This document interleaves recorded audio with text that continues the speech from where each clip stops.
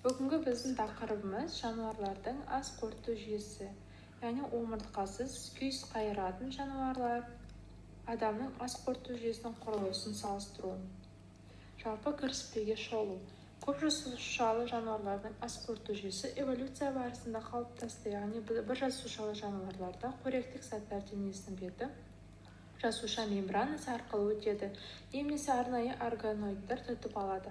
Кейін тамақ лизосома арқылы жасуша ішінде қорытылды, бірақ көп жасушалы ағза жасушасына басқа тіршілік иесінің нәруыздары, майлары, көмірсулары ыдыраған күйде түсуі қажет. Ағза жасушаларына қоректік заттарды қолжетімді ету үшін ас қорыту мүшелері немесе ас қорыту жүйесі керек. Яғни, ас қорыту мүшелері тамақты қорытады, қоректік заттарды құрам бөліктеріне дейін ыдыратады да осы күйінде олардың дененің барлық жасушаларына бағыттайды. Мысалы, тамақтың барлық көмірсулары глюкозаға, майлар, глицерин, май қышқылдарына, нәруыздар, амин қышқылдарына дейін қорытылады. Төменіндегі ас қорыту жүйесі едәуір жетілген болып есептеледі. Яғни ас қорыту бездері ас қорыту сөлін бөліп шығарады, сілекей бездері сілекей бөледі, бауыр өт, ал ұйқы безі панкреатин сөлін бөліп шығарады. Ас қорыту өзегі немесе ас қорыту жолы тамақ өтетін және қорытылмаған қалдықтар ағзадан шығарылатын мүшелер. Адамның ас қорыту жолына ауыз, өңеш, асқазан, ішек және тағы басқа мүшелер кіреді. Жауын құрттың ас қорыту жүйесі. Жауын құрттың ас қорыту жүйесі басқа құрттардан едәуір жетілген. Жауын құртта алғаш рет сілекей бездері пайда болды. Олар әкке ұқсайтын заттар бөледі. Яғни бұл қоректік, яғни шіріген жапырақтың қышқылдығын азайту үшін қажет. Шіріген жапырақта құнарлы азық емес. Сондықтан жауын құртта жемсау мен арнайы қатпары бар асқазан қалыптасты. Ол қоректің қорытылатын бетпен жанасуын арттырады. Асқазаннан кейін ішектің бір бөлігі қорытылған заттардың қанға түсіп, ағзаның барлық жасушасына жету үшін қажет. Яғни ішек соңғы сегменттегі қорытылмаған заттар шығарылатын анал тесігімен аяқталады.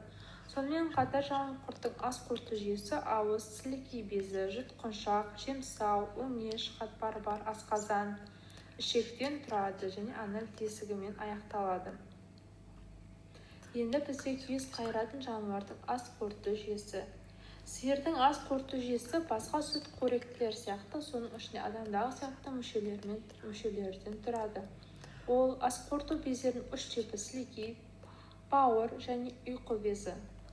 Ас қорыту жолына ауыз, жұтқыншақ, өңеш, асқазан, ішек кіреді. Басқа күйіс қайыратын жануарлардағы сияқты сиырдың ас қорытуының ерекшелігі асқазанның құрылысына байланысты. Оның асқазаны әртүрлі 4 бөлімнен тұрады. Ең үлкен бірінші бөлімі үлкен қарын, яғни мес қарын деп аталады. Жайылып жүрген сиырдың жеген шөбі үлкен қарынға түседі. Онда келесі 2 бөлімге сияқты өсімдік жасушаның қорытуға көмектеседі, яғни бактериялар, жасушалар көп болады. Яғни бізде ең үлкен бөлімі үлкен қарын, осы жұмыршақ, ұлтабар, қатпарын қарын деп аталады. Жұмыршақтың рөлі қорек ұсталып, оны микроағзалардың ұзағырақ ыдыратуы, яғни жұмыршақ пен үлкен қарын біртұтас бөлім себебі оларда ұқсас үдерістер жүреді. Жұмыршақтың қорек қарының үшінші бөліміне қатпаршақ қарынға түседі. Яғни бұл бөлімнің осылай аталу себебі кітаптың беттеріне ұқсайтын көптеген қатпардан тұрады. Және бұл жерде жақсылап ұсақталған қорек бактериялар мен қарапайымдар арқылы бір жола қорытылады. Сонымен қатар сұйықтықтың бір бөлігі қанға сіңіріледі. Сосын едәуір құрғақ қорек ботқасы 4-ші бөлімі, ол табарға түседі. Және осы жерде қорек нәруыздары, сонымен қатар қарының алдыңғы бөлімдеріне ас қорытуға қатысқан микроағзалар қорытылады. Адам және күйіс қайыратын жануарлардың ас қорыту жүйесінің салыстырмалы кестесі.